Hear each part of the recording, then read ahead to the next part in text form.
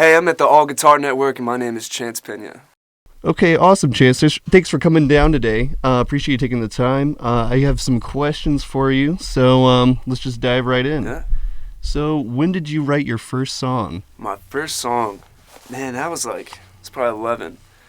It wasn't the best, but I remember, I don't remember the lyrics, but I remember the chords. It was just like E minor, C, G, like the basic, go-tos. Very nice. Yeah, that's usually how I start my songs. I'm like E, A, D maybe. Yeah. Okay, Throwing cool. some spice. Yeah, right. Okay, cool.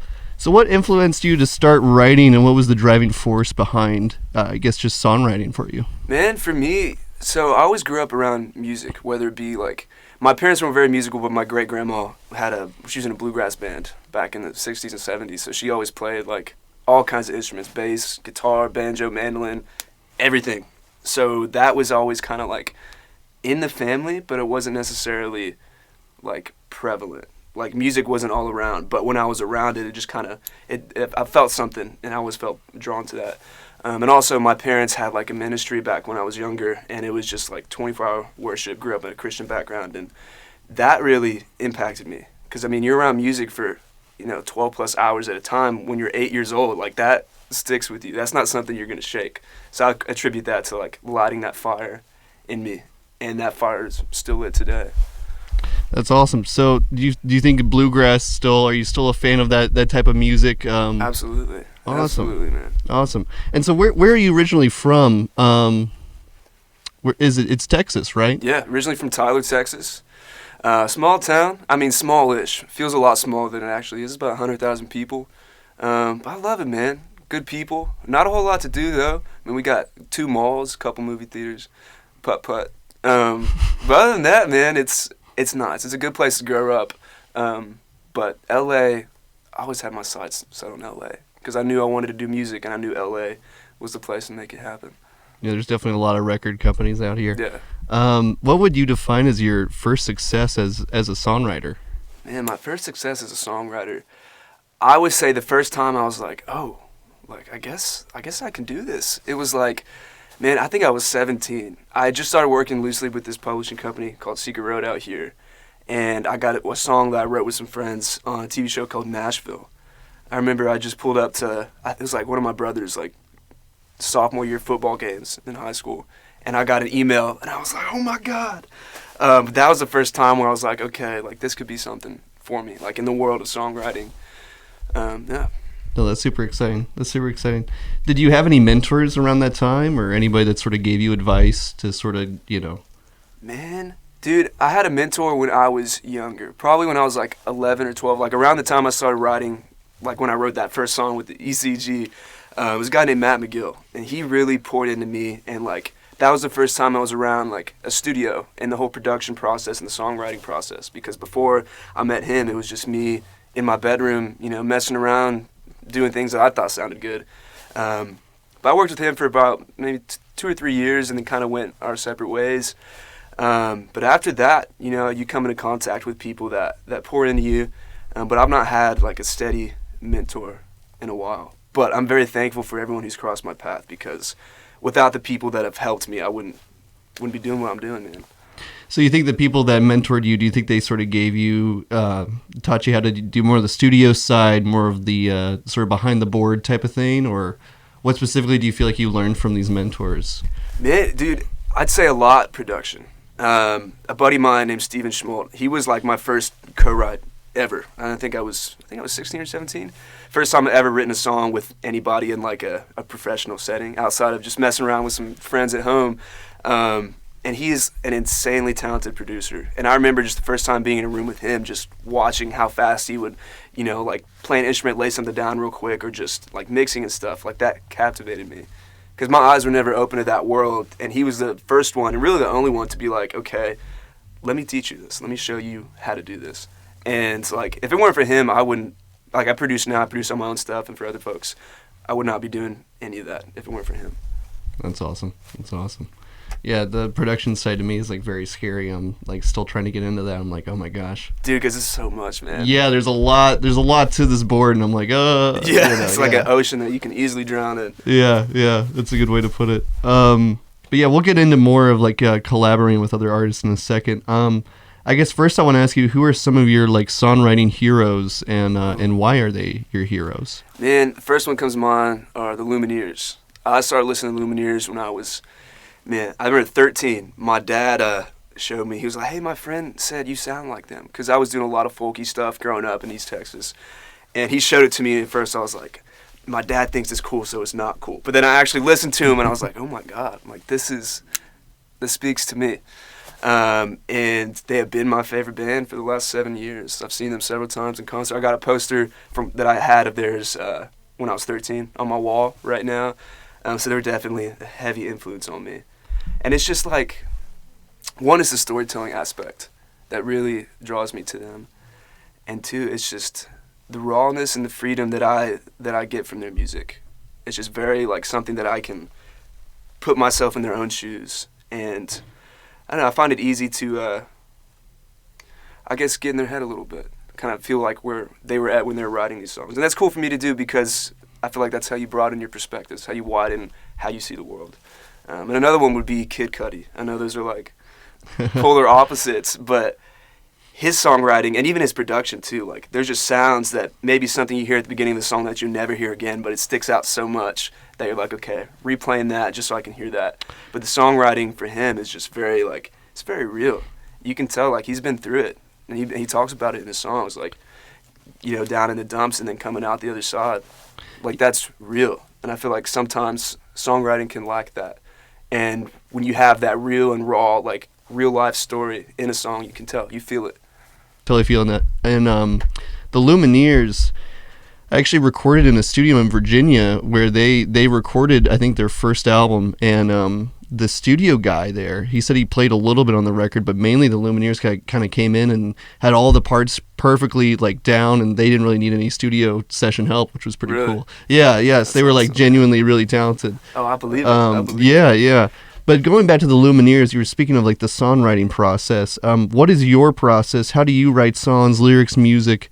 What's your process? Man, dude, my process, it varies. A lot of times, inspiration really strikes like when I'm going through times of struggle, just like personally or mentally, or even if I'm like, you know, I have something on my mind that a friend is going through. And that's a way for me to process my own emotions or what other people are dealing with. So to just sit back and not really think, but just a lot of times, you know, I'll just pick up a guitar, start playing something, and just sing whatever comes out. And then the narrative unfolds in a way that, like, it almost feels like I'm not even doing it. It's like it just comes out, and I'm like, okay, like, this is what's on my heart, on my mind right now. I'm going to chase that. And then sometimes, like, I'll just sit down and be, you know, on a plane or in the car or something, I'll just write a poem that is kind of the same process, like what I'm going through, what a friend's going through. And I'll go and put that to music later on. Yeah. So but I find it's subconscious in a way. Like yeah. Most of the time I'm not like, okay, I want to write a song about this. I just start, and then I look back, you know, an hour later, I'm like, oh, okay, this is what I need to work out. Like, I'm dealing with this right now because I wrote a song about it. I guess I need to figure out what's going on in my mind. So would you say your lyrics are kind of fictional, or do you think they're more non-fictional, more autobiographical? I feel like they're more autobiographical, but like heavily shrouded in metaphors. Like I put a song out at the tail last year called Star Hopping Lover, and it's very like, I love like astronomy and stuff like that, so there's a lot of analogies pertaining to that.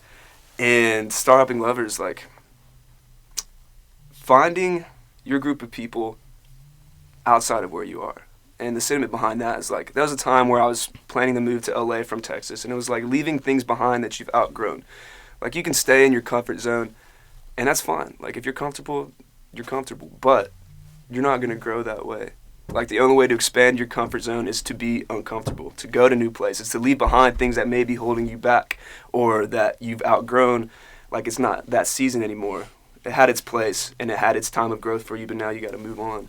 So that's what that song's about. And Star Hopping Lover is just like basically like leaving Earth to go find these new horizons and your people out there in the cosmos. Sounds really nerdy, but I had so much fun writing that song. No, that's awesome. That's awesome. I love metaphors. So when you're writing a song, does it come like from an inspiration of like a car radio, or does it come from like a song you've heard, where do you get your inspiration from? Man, it really varies. A lot has come from deep conversations with my mom. You know, just sitting down in the mornings or like phone calls, whenever, just working through my problems. Like, she's very much someone that I confide in for everything. And kind of same, like vice versa, just like the same thing with her to me. So a lot of like, I guess, good wisdom comes out of like conversations with her. Like, she'll say something, I'm like, oh, that's good, and I'll write it down and then turn it into a song later on. Like, I can't remember the exact line, but something from that song, Star Hopping Lover, that I mentioned, came from one of those conversations. And she's very much a writer. My grandpa was the same way, just very poetic, even in the way that they speak. And I hope a little bit of that has been imparted into me, but that's why I get so much like joy and fulfillment like from having conversations with her. And yeah, too, from like car radio, like I'll hear something and I'm like, even if it's not just a line, but maybe someone's a sentiment in their own song speaks to me. And I'm like, ooh, that like I'm dealing with that. Maybe I can express my own thoughts on this same subject. Totally. Do you make a lot of changes when you write a song, or do you make some, or do you just sort of put it out, you write it down, you're like, done, that's it? Man, that's a good question, because it's all of the above. Sometimes I'll write a song, record it, and like that's it, nothing needs to be changed, it's done. Or I'll write a song, lay it down, just like as a work tape or something, I'll come back to it in a couple of days. I'm like, okay, chorus is good, but everything else sucks. And you kind of just backtrack.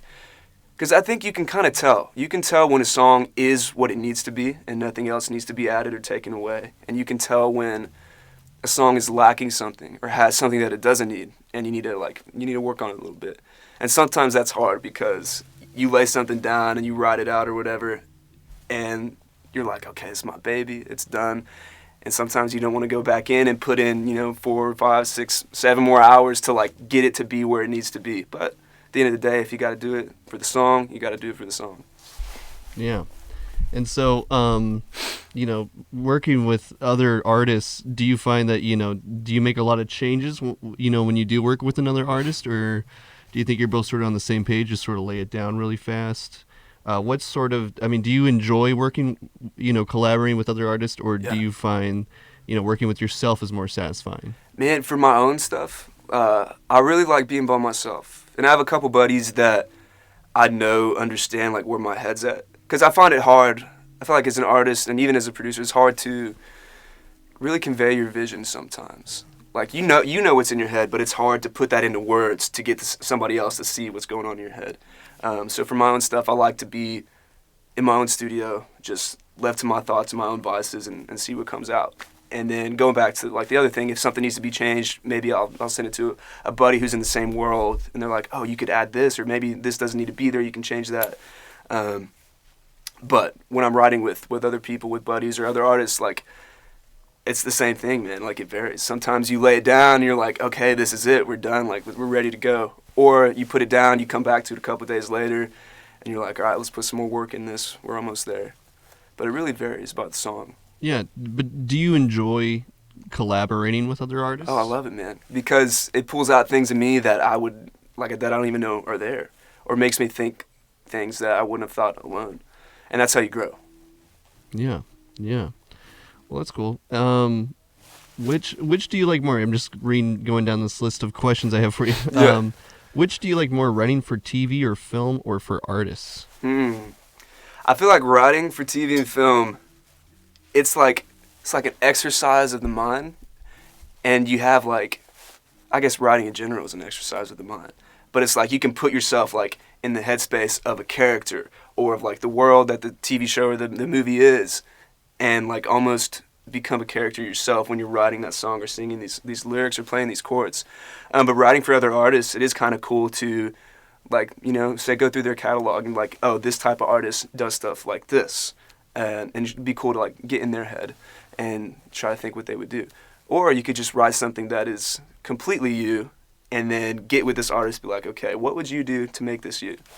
So it goes, I find a lot of this stuff depends on the song. I feel like the song is like, the head of the totem pole with all this stuff, because if you don't do what's right by the song, then you're doing everything wrong. Yeah. And so for writing for film and TV, Do you find that like the song, do you sort of match what the scene is, or what is sort of your process on writing for film and TV, that kind of thing? Just Man, composing.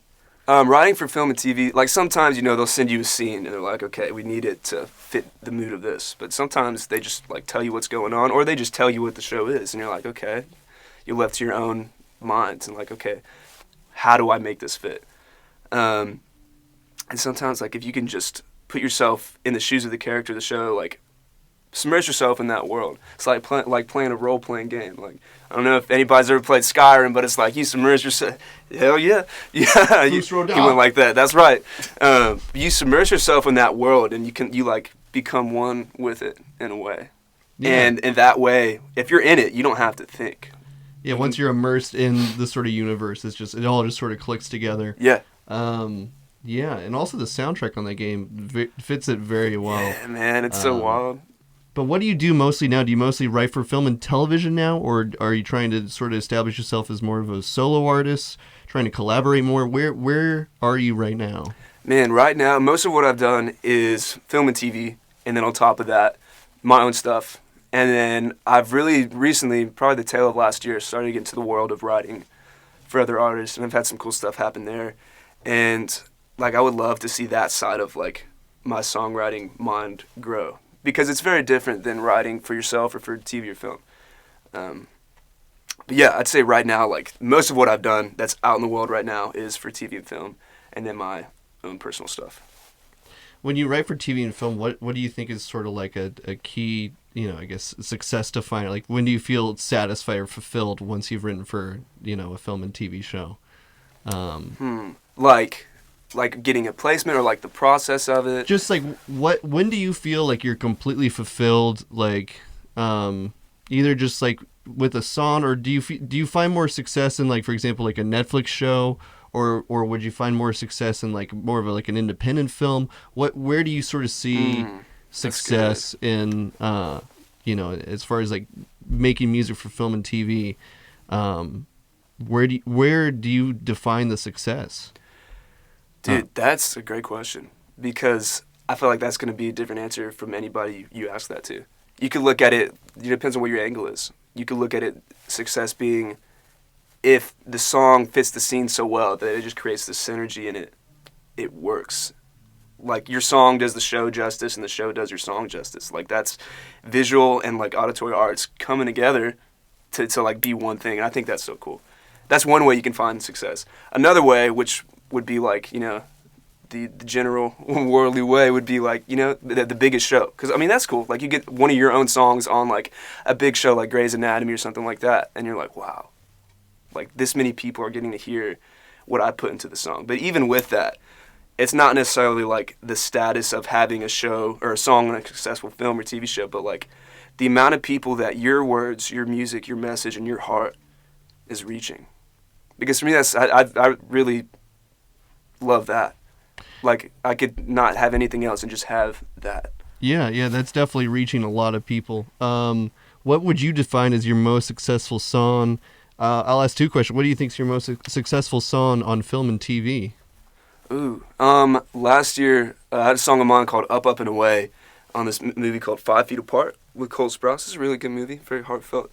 But yeah, dude, I wrote that like 2 years prior to it being on that movie, and then turned it into my publisher and just kind of forgot about it. Would play it from time to time, like when I go through my hard drive or something. And then I just got like an email saying they wanted to use it. And I was like, I hope this goes through. and it did, and it did really well, man. And awesome. Yeah. Yeah, that's great. And what do you think is your most successful song, I guess just as a solo artist or even collaborating with other artists? What do you think your most successful song is? I would say, like, if we're going off numbers, like for my own stuff, would be Up, Up, and Away, which is on that movie. And I have a song called Hey Lovely that no placements or anything, but I guess that one speaks to people. So, I mean, and those two are some of my favorites as well, so it's cool to see those doing well. Yeah. And recently, I know you just collaborated with another big artist, John Legend, which is, effing huge. Yeah, can we just talk a little bit about that, how you landed that deal? Dude, that was so crazy. I remember I got a phone call. So one of my buddies at I wrote it with. He's a producer out in New York City. And I remember one day he texted me. He's like, "Hey, are you cool if I pitch this to John Legend?" And I was like, "Okay, that's gonna happen." But yeah, let's I'm a dreamer. Let's see what works. So a couple weeks go by, and then I get another text from him. He's like, "Hey, do you have time to hop on the phone later?" And I was like, "Sure." So I call him, and we're just kind of shooting the shit and having a conversation. And then he's like, "I got some big news for you." And I was like, "Oh my God!" My heart dropped because I felt like it was gonna be something pertaining to the question he'd asked earlier about John Legend. And it was, man. And I was just in shock. That level of disbelief I've never felt before. Because it's I never expected that. Yeah. That day we wrote that song, we wrote a song. We wrote a song that we all liked and loved. And it was actually so we had a session that day. It was me, a buddy named Greg Wattenberg, a buddy named Jesse Fink, and then Pom Pom. Talented producer, very talented producer. But yeah, we were in a room, New York City, wrote the song. Actually, we wrote another song before that, and we're about to call it a day. And then my buddy Jesse he was along the lines of, "I was messing with this guitar progression yesterday, what do y'all think?" And then instead of leaving when we were supposed to, we ended up writing another song, which ended up being the one that John cut. Yeah, and that's supposed to be one of the big singles off of his upcoming record. Yeah, dude, first of the year, man. Yeah, actually a single, not just a sort of B-side. It's being released as a single. Yeah. So that's huge too. Mm-hmm. This totally puts you on another tier than a bunch of other musicians that have come in here. What did you sort of learn about the business and I guess publishing and songwriting? What do you feel like you learned from this experience? Man, that's a good one. First, this is going to sound cliche, but believe in yourself. A year ago, if someone said John Legend is going to sing one of your songs next year, I would have been like, okay, you're full of it. No way. But believe in your capabilities. Even if it's the most wild thing you could think of happening, you never know. So just do what you do because you love it and believe in yourself because you know who you are. Another thing I've learned, I would say, is there's a lot of people involved in these bigger artists, man, doing cuts and stuff. So many layers to get to this artist. I also found out that John never takes outside songs. He's involved in all the writing process of all of his songs except this one, which he took it and put his own flair on it and wrote some stuff. I think he messed with the bridge a little bit, but the fact that he heard the song and was like, "I'm doing this," that blew me away, man. Yeah. It spoke to him that much, which really filled my heart because I never would have expected that. Yeah, I'm jealous. Yeah. So yeah, but how do you feel? Just moving on, how do you feel about publishing deals and admin deals? Yeah. What's sort of your take on those? Publishing deals, man. So I write for Secret Road out here in Los Angeles. The most amazing people I've ever met in the music industry, and I mean that with my whole heart. And I know some people are kind of jaded towards publishing and all that. I've met people who are like, "No, own all your publishing." I'm like, if that works for you, that's fine. But without my family over at Secret Road, man, I wouldn't be sitting here right now. I wouldn't be in LA. So I'm very thankful for that. And to me, when I first approached them, I hadn't done anything, man. I was playing in bars in East Texas. I made it a few rounds into The Voice when I was 15, but other than that, nothing. Low key, making music because I love doing it, and I wanted to do it on a bigger scale, and I didn't know how. And they really met me where I was and helped me to get to where I am today. Opened up a lot of doors. Through them, I met a lot of cool people, and I've learned a lot. I've grown so much being with them, man, and I wouldn't change a thing.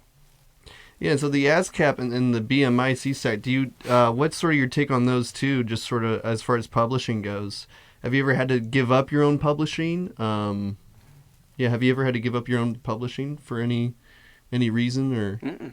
Okay, cool. Do you have any stories about having to do publishing deals? Any stories in the process of that Signing a deal, getting all that. Yeah. What sort of goes down there as far as when you publish something for another company? Yeah, man. So I started working with them. I really just got connected with their writers out in Nashville, a few of them, and they gave good feedback, and that got everybody out here okay, let's see what this kid's about, and started working with them in that way, loosely, and then we signed, and then been with them ever since. But do you mean like the intricacies of like each, like, you know, getting a sync or a placement or something? Yeah. I mean, like I said, just with the publishing deal, just sort of what was like the process of landing the publishing deal, and Oh what, yeah. yeah, what sort of, I guess what sort of deals did you make in doing a publishing deal? Yeah, man. So like I said, before I started working with Secret Road for publishing, I had no agency, publisher, label, or anything. Playing gigs on my own in Tyler, Texas. Came out here, met with a guy named Wayne Davis, and he took me under his wing in a way. Not at first, but he's the one who was like, "Hey, we have some writers in Nashville. Would you like to write with them?" And I was like, "Okay." I'd never done co-writes before, and that's where I met my homie slash production mentor, Steven Schmolt. He was my first co-write ever, and then I had a couple more that week. So after that, they gave good feedback, I guess, back to Wayne and everybody else out here. And Wayne met me in Nashville. My mom was with me because I was like 17, so I wasn't traveling on my own. And we all went to dinner, and he was like, "We wanna sign you." And it kind of came about like that, just being connected with their people, and doing well at what I wanted to do. Like going into those sessions, I remember I was like, "Okay, I'm on it. Like whatever happens today, it's gonna be great." Even if, you know, like if I broke my leg on the way out the door today, I'm going to this session, I'm going to write a good ass song. That's awesome. And they gave good feedback, man. The songs were great. And we ended up signing. And we've been together, you know, working for like 3 years. So just going into the sort of more business side of things with these questions, do you find that like getting this publishing deal definitely helped you sort of find greater success? Yes, definitely. Cool. Definitely. Because it almost gives you access to like another platform. I guess you could picture it like you're in a hotel and whatever floor you're on, like you can't operate the elevator unless you have someone like on the inside of the elevator open the door for you and take you up. I don't know if that makes sense. But like without them, they like pulled me up and like, "Here you go, like you can stand with us now on this level." Which is just introducing me to people, learning things from them, just being around them and their writers and having doors open through them. Yeah. And so, you know, once again, more on the business side of things, licensing. Do you license your music for TV and film? How did you figure all that out? Was that more on the, you know, publisher's side, or did you have to sort of figure out how to license your stuff to these companies? No, man, that was all through Secret Road, all on the publishing side, and they're very good at that. The people they have over there, man, just great at what they do. I know I'm hyping them up, but I mean it 100%. They're like, I've come across a lot of people, like, you know, different companies and stuff that aren't in it for the right reason, or even just individual people or writers that aren't doing what they do for the right reasons, whether it be, I don't know, whatever they're doing it for. Sometimes it's not the best way. But Secret Road, man, is for the music. It's for the love of the people that are in the industry. And they know what they're doing. Every song they pitch, there's intent behind that because they know, like, this song is going to work for whatever this supervisor's asking for or whatever. So that's all them, man. They handle all that, and they're 100% absolutely great at it. What's your philosophy on splitting songs with Sorry, let me repeat that question. What's your philosophy on splitting songs with collaborators, you know, with the music and the lyrics? Man, dude, even. You go in a room, 3 people, even if the third person only writes 20% of the song, like, split it evenly. Because, I mean, there's a reason they started doing that. I watched that Bohemian Rhapsody, the Queen movie, and I think there's a scene, like, where they're, like, arguing about splits. And when I saw that, I was like, okay, I guess that's why. Like, the standard rule is, you know, evenly. Which makes sense. Because I look at it, too. Like, if you go in a room with 3 people, even if the third person doesn't do anything, they contributed in a way that you may not even realize. Because if they were in that room, who knows, different things could have been said, different ideas could have been talked about, and the song wouldn't be what it was. So generally, split it evenly, save trouble. What would you tell someone starting out about the business aspect of songwriting? The business aspect. If somebody's starting out, what would you say? Be careful who you get involved with. But when you find somebody that cares about you and what you do, be all in. Yeah. And don't sell yourself short. Don't underestimate yourself. Know your worth. Because, you know, if you make a mistake, you sign a bad contract, bad deal, it's going to be a while before you can get out of that. So be wise. And how would they go about getting their songs covered these days? How do you think is the best way to sort of outreach? Like covered like by publishing companies and stuff. Yeah. Man, some don't like it when you email them songs. I'm sure a lot of them don't, but that's a way. Another way is like writing with people, like I did. I wrote with Seeker Road's writers before I was with Seeker Road, and they liked me, so they brought me on board. But just writing with people, and just I guess making connections is the cliche, but it's about who you know, and if you know the right people for the right reasons, then they might just help you out. And if they don't, that's okay. Like be genuine if you're making connections. Don't do it to get something from somebody. Connect with people for the sake of connecting with like-minded good people. Yeah, that's great. That's great. Do you feel that? Sorry, let me just rephrase this. Yeah. Do you feel that the songwriting business has changed at all since you started, or do you feel like you've changed since landing this publishing deal? Man, I definitely feel like I personally have grown in my capabilities, my temperament when it comes to songwriting, and just my knowledge. Because every day you go into a session, you're going to learn something new, whether it be something really small or something huge that changes the whole way you approach songwriting. Sorry, what was the first part of the question? No, I was just saying the songwriting business, do you think it's sort of changed, or at least, your process in the business, do you think that it's changed for you, or do you think it's just changed in general with the industry? Yeah. Yeah. Do you think that, like, just the whole songwriting business as a whole, since you started, do you think it's changed? And also, since you've gotten more exposed, do you feel that your songwriting business, I guess, standpoint has changed at all? Man, so I don't think the songwriting industry as a whole has changed since I've been in it. But from, back in the day, like now, people are producing out of their bedrooms. Like, I mean, Billie Eilish and Phineas did her whole album in their childhood bedroom. So it's like you don't have to spend thousands of dollars at professional studios to get stuff done. So I think that definitely changes how things used to be. Because you can wake up one morning, have an idea, and record a hit song, and by noon without even knowing it. So it's changed in that way. And for me, yeah, do you feel that you've changed either with your process as a songwriter or just sort of knowing how the business works a bit more? Do you feel like you've changed your process at all in songwriting? I wouldn't say I've changed my process, but I would say I've added like elements or like tools in my toolbox. Like if I'm writing for sync, I'm like, okay, this song needs a lot of moments, because supervisors, they get like 100 songs a day or something, so they're gonna be skipping through. So like if you're writing for placements, TV, film, my thought process is moments. So no matter whether they skip every 30 seconds, every time they land, they're going to be like, oh shit, this is cool.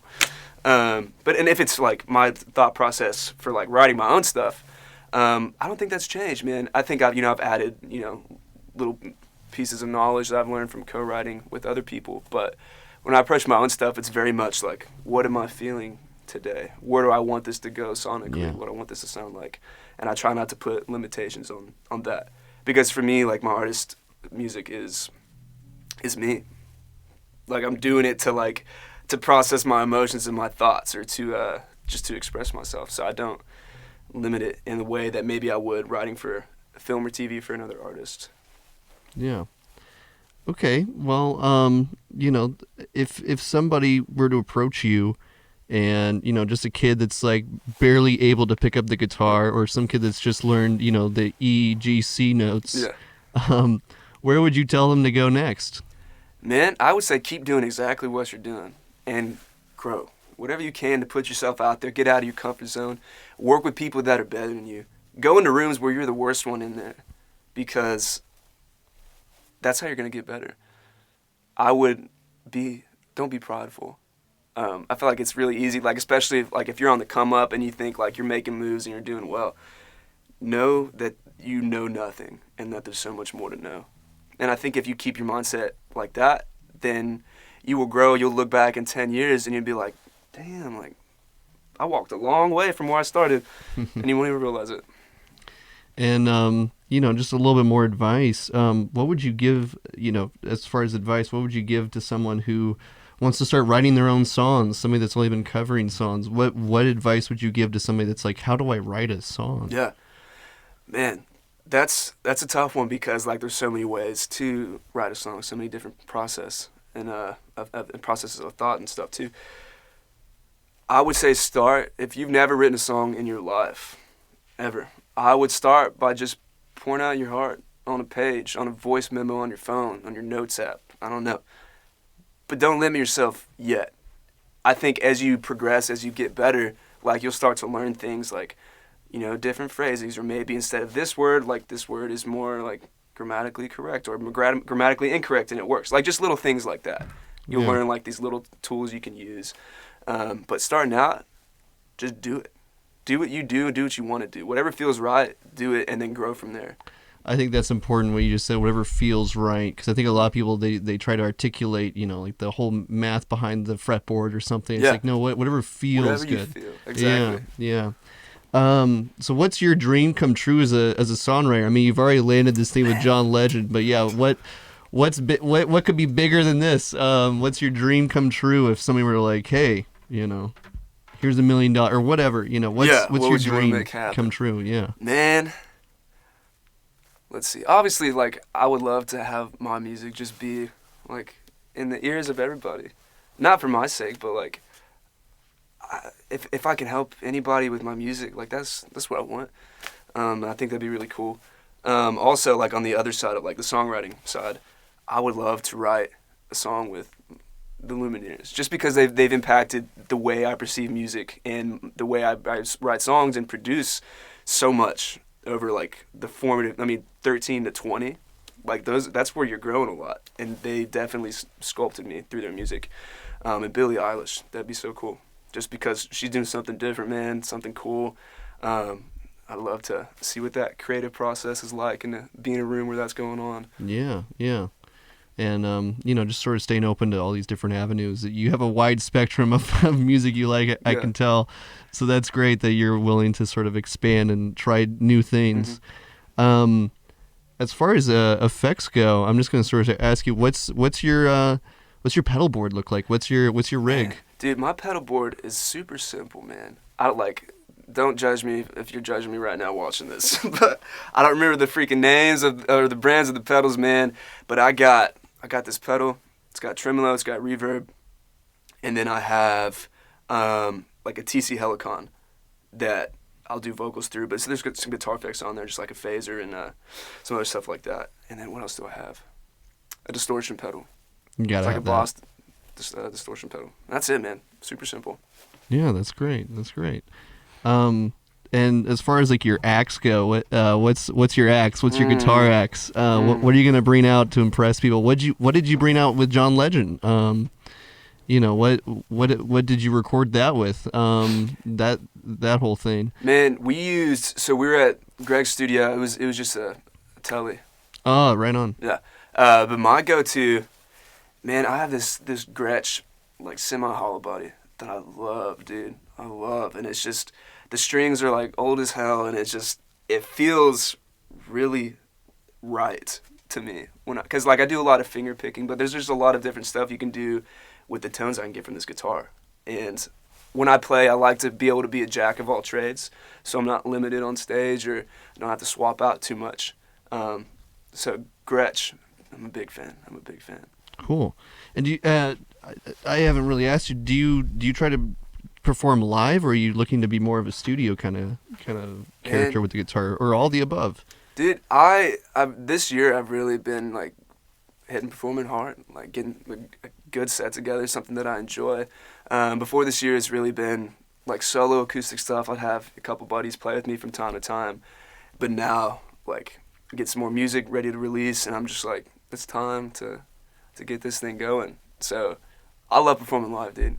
Because, I mean, it's the same thing. It's like you get to bring the music to the people that may not otherwise hear it, or they're going through something and you never know, your words could impact them in a way that changes something, or not. You never know. But for me, it's the love of making music and getting to do that for people, in front of people. It's like this communal thing, like this communal energy that's there, and that's something I don't feel anywhere else. Well, thank you so much for coming down and talking to us thanks for today. I having me. really appreciate it, man.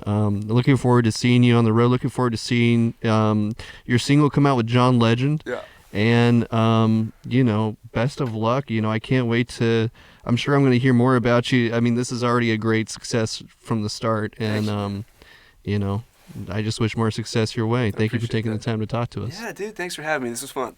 All right. Yeah, man. All right. Well, thanks. And check back at the All Guitar Network for more interviews.